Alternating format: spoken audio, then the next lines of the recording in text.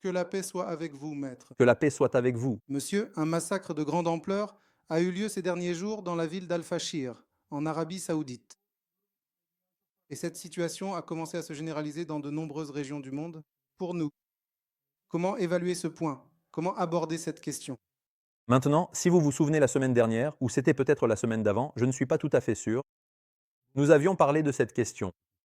Nous avions évoqué le problème entre le Pakistan et l'Afghanistan. Là-bas, j'avais dit quelque chose. J'avais dit que partout où les Anglais étaient passés, ils avaient forcément laissé un problème historique. Et même 100 ans après le départ des Anglais, les gens ont continué à se battre, les conflits internes ont persisté. L'un de ces endroits, malheureusement, c'est aussi le Soudan. C'est-à-dire que le Soudan a été une colonie britannique jusqu'à la fin des années 1950. Et comme beaucoup d'entre nous l'ont déjà vu dans les actualités, récemment, le Soudan a été divisé en deux. Il a été séparé en deux parties, le Soudan du Sud et le Soudan du Nord. Lorsque les Anglais sont partis de là-bas, le Soudan du Sud est devenu la région où se trouvent les ressources énergétiques. Le nord, au Soudan, est l'endroit où se trouvent les lignes permettant à ces ressources énergétiques d'atteindre le reste du monde. Entre le Soudan du Sud et le Soudan du Nord, il y a à la fois des différences économiques et religieuses. De ce côté, ce sont les chrétiens qui sont restés. De l'autre côté, il y a surtout des musulmans et les religions traditionnelles africaines. Il y a aussi un problème religieux. Il y a également un problème économique entre eux. Et comme il existe un système tribal là-bas, comme partout où il y a un tel système, il y a aussi des problèmes ethniques en même temps. En réalité, la guerre au Soudan n'est pas nouvelle. Lorsque les événements à Gaza se sont un peu calmés, le Soudan a commencé à attirer l'attention des gens. En fait, il y a une guerre qui dure au Soudan depuis près d'un demi-siècle. Et dans cette guerre, par exemple, je parle de ce qui s'est passé au cours des 2 dernières années. Près de 300 000 personnes ont été tuées rien que ces 2 dernières années, depuis 2023. Près de 300 000 personnes ont été tuées. On estime qu'entre 13 et 15 millions de personnes ont été déplacées de chez elles. En fait, il s'agit d'une situation 2 à 3 fois plus grande que celle de Gaza. Il y a une tragédie, mais malheureusement, elle n'est pas vraiment à l'ordre du jour dans le monde. Alors, pourquoi cela arrive? Pourquoi cela existe?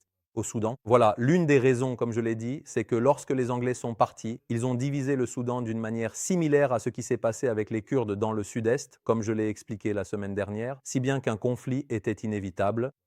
Deuxièmement, maintenant, vous savez qu'il y a eu un coup d'État islamique au Soudan. Omer el-Béchir, si je ne me trompe pas, c'était en 1989, mais il se peut que je me trompe. Omer el-Béchir, en s'appuyant un peu sur la pensée islamique présente là-bas, a fait quelque chose sur place. Il a tenté un coup d'État là-bas. Mais une fois arrivé au pouvoir, il n'a absolument pas instauré un régime islamique. C'est-à-dire un tyran, un dictateur. Il a instauré un régime qui n'était pas différent des autres régimes arabes que nous connaissons. Au début, ils ont essayé de réformer certaines choses, mais ensuite, cela s'est transformé en un régime ordinaire.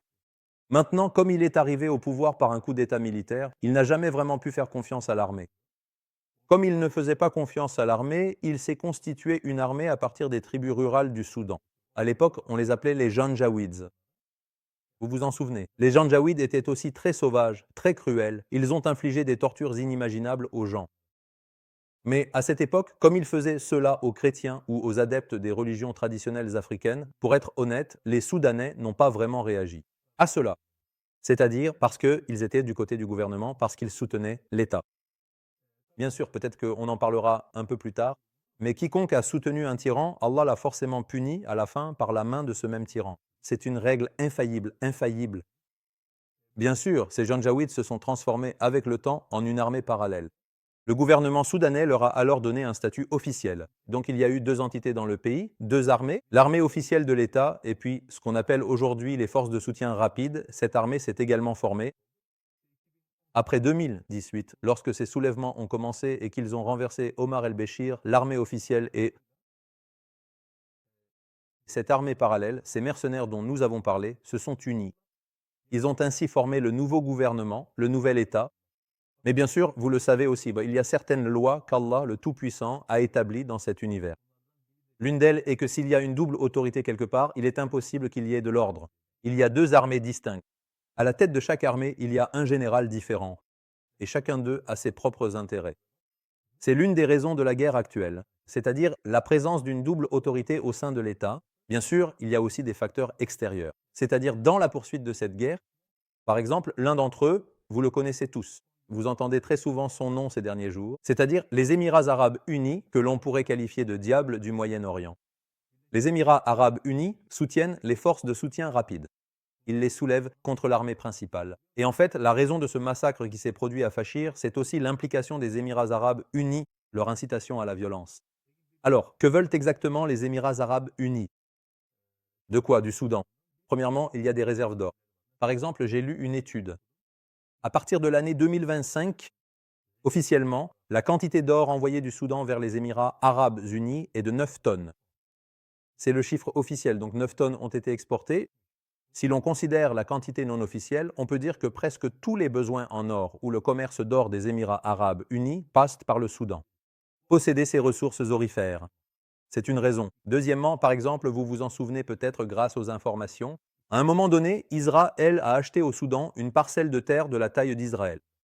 Parce qu'il y a le Nil au Soudan, il y a de très vastes terres agricoles au Soudan et dans de nombreux pays, les besoins agricoles sont satisfaits grâce à ces terres louées. Les Émirats arabes unis dépendent à 90% de l'extérieur pour leur alimentation. Ils veulent totalement contrôler ce secteur alimentaire là-bas et répondre aux besoins alimentaires des Émirats arabes unis via le Soudan. Il y a aussi un port, comme vous le savez. Le Soudan possède certains des ports les plus importants du monde. Ils veulent prendre le contrôle de ces ports et dominer le commerce ainsi que les relations internationales à travers ce commerce. Cela inclut également les pays arabes. Voici les raisons de la crise actuelle au Soudan. Mais ce sont des raisons matérielles, apparentes, superficielles. Il y a aussi des raisons spirituelles. Mais ce qui nous intéresse vraiment, ce sont les raisons spirituelles évoquées. À mon avis, c'est la partie la plus importante. Je commence par la première. Si une communauté prétend croire en Dieu, aux livres et aux prophètes, mais ne met pas en pratique ce que cela implique, il y a certains châtiments que Dieu inflige à de telles communautés. Maintenant, lorsque l'incroyant se détourne de Dieu, le châtiment que Dieu inflige à l'incroyant est différent.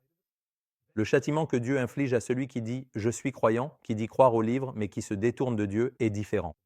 Par exemple, dans la sourate Al-Maïda, Dieu s'adresse aux gens du livre. Il mentionne 4 types de châtiments concernant ceux qui prétendent croire aux prophètes, mais n'agissent pas en conséquence. Ce sont les gens que Dieu a maudits, contre lesquels il s'est courroucé, qu'il a transformés en singes et en porcs, et qu'il a fait serviteurs des idoles et des adorateurs du mal. Voulez-vous que je vous informe de quelque chose d'encore plus mauvais? Dit Allah, le Tout-Puissant et le Majestueux, voilà ce qui est encore plus mauvais. Si Dieu s'est courroucé contre un peuple, s'il l'a maudit, s'il l'a transformé en porc et en singe, et en a fait les serviteurs des idoles, alors c'est là l'un des plus grands châtiments que Dieu puisse infliger à une communauté sur cette terre. Et bien que la communauté islamique prétende croire en Dieu, prétende croire au Coran, prétende croire aux prophètes, elle n'accomplit presque aucune des obligations que cela implique. Mettez de côté les actes extérieurs. Par exemple, quel pays qui prétend croire en Dieu et en son livre? Quel pays islamique gouverne réellement selon le livre de Dieu? Quel islam qui prétend être la communauté du messager agit vraiment ainsi? Quel pays construit une politique, une économie, une société selon les principes du messager? Non, malheureusement. Dans ce cas, Allah, exalté soit-il, s'est mis en colère contre nous, comme il s'est mis en colère contre les gens du livre. Il s'est fâché contre nous, il nous a maudits. Qu'Allah nous en préserve. Transforme-les en porc et en singe. Être transformé en porc et en singe peut se produire de 2 manières. Premièrement, comme l'a dit la majorité des salafs, c'est lorsque l'apparence humaine se transforme en celle d'un porc ou d'un singe. Deuxièmement, comme l'a expliqué le savant exégète Moujahid, c'est la corruption de la moralité humaine, devenir comme un porc ou un singe. L'endurcissement du cœur. Malheureusement, la moralité de la communauté islamique n'est pas vraiment exemplaire. Ce n'est pas une véritable moralité. Le pire, c'est que Dieu transforme une communauté en serviteur des tyrans. Regardez maintenant presque toutes les régions du monde islamique. Presque la grande majorité d'entre nous, dans les grands pays, les gens sont devenus les serviteurs des tyrans, et cela est une punition spirituelle et divine. Ce que nous vivons à Gaza, ce que nous vivons au Soudan, ce que nous vivons au Turkestan oriental, ce que nous vivons dans d'autres régions, tout cela est la conséquence de cette punition spirituelle. Deuxièmement, j'ai dit quelque chose tout à l'heure, si vous vous souvenez, lorsque les Janjaouides étaient sous le contrôle d'Omar el-Béchir, qu'ils opprimaient les chrétiens, qu'ils opprimaient les tribus rebelles de la région, les Soudanais, ils restaient silencieux. Ils faisaient semblant de ne pas voir cette situation, parce qu'ils étaient des nôtres. Au bout du compte, Dieu a fait de ses oppresseurs un fléau pour les Soudanais eux-mêmes. Il y a un principe que les savants musulmans mentionnent comme une loi divine. Ibn Taymiyyah le dit aussi. Mana'ana zalim balibé. Quiconque aide un oppresseur, Allah, le Tout-Puissant, l'éprouvera par cet oppresseur. Il fonde en cela sur un verset du Coran. وَكَذَلِكَ نُوَلُّ بَعْضَ الظَّالِمِينَ بَعْضًا بِمَا كَانُوا يَكْسِبُونَ. En raison de ce qu'ils ont acquis, nous faisons que certains oppresseurs deviennent les alliés d'autres oppresseurs. Nous faisons de certains oppresseurs les dirigeants d'autres oppresseurs. Nous lançons certains oppresseurs contre d'autres oppresseurs. Ce verset peut être compris de 3 manières différentes. Quand quelqu'un aide un oppresseur, à la fin, Allah le réunit avec cet oppresseur et le punit avec lui. Aujourd'hui, malheureusement, la communauté islamique a un problème. Nous avons perdu nos principes. Quand l'oppresseur vient de chez nous, nous ne le voyons pas. Quand l'injustice vient de nous, nous lui trouvons une justification. Par exemple, notre frère a posé une question, n'est-ce pas? Un pays, la Syrie par exemple, a célébré le 29 octobre. Est-ce correct? Quand il s'agit d'un oppresseur de chez nous, les gens ne savent plus comment minimiser la chose, comment la couvrir, comment la légitimer. Mon frère, une erreur reste une erreur. Que ce soit fait en Syrie, c'est une erreur. Que ce soit fait en Afghanistan, c'est une erreur. Que ce soit fait en Turquie, c'est une erreur. Que ce soit un chrétien qui le fasse, c'est une erreur. Que ce soit un musulman qui le fasse, c'est une erreur. Une erreur reste une erreur. C'était la plus grande valeur que l'islam et le prophète aient apportée à cette communauté. Prendre position aux côtés de la vérité. Suivre la vérité parce qu'elle est la vérité. S'opposer au faux. S'opposer au faux parce qu'il est faux. Mais malheureusement, ce n'est plus le cas aujourd'hui. Nous sommes devenus des hooligans, une communauté pleine de fanatisme. Quand l'injustice vient de chez nous, nous trouvons toujours une excuse, nous lui trouvons toujours un prétexte. Mais quand c'est quelqu'un d'autre qui le fait, nous disons tout ce qui nous passe par la tête. C'est l'une des punitions spirituelles qui se sont abattues sur le Soudan. Mais parmi tout ce que j'ai dit, je vais maintenant mentionner ce que je considère comme le plus important. Si une communauté n'a pas d'autorité pour veiller à ses intérêts, prendre des décisions en son nom et mobiliser ses armées, si elle n'a pas d'autorité politique, pas d'imam, pas de calife, alors cette communauté est condamnée à être écrasée sous les pieds des autres. Autrement dit, une communauté sans imam, sans autorité politique, est une communauté qui n'existe pas réellement. Elle n'existe que sur le papier, seulement dans les noms, dans les discours, mais elle n'a pas de réalité concrète.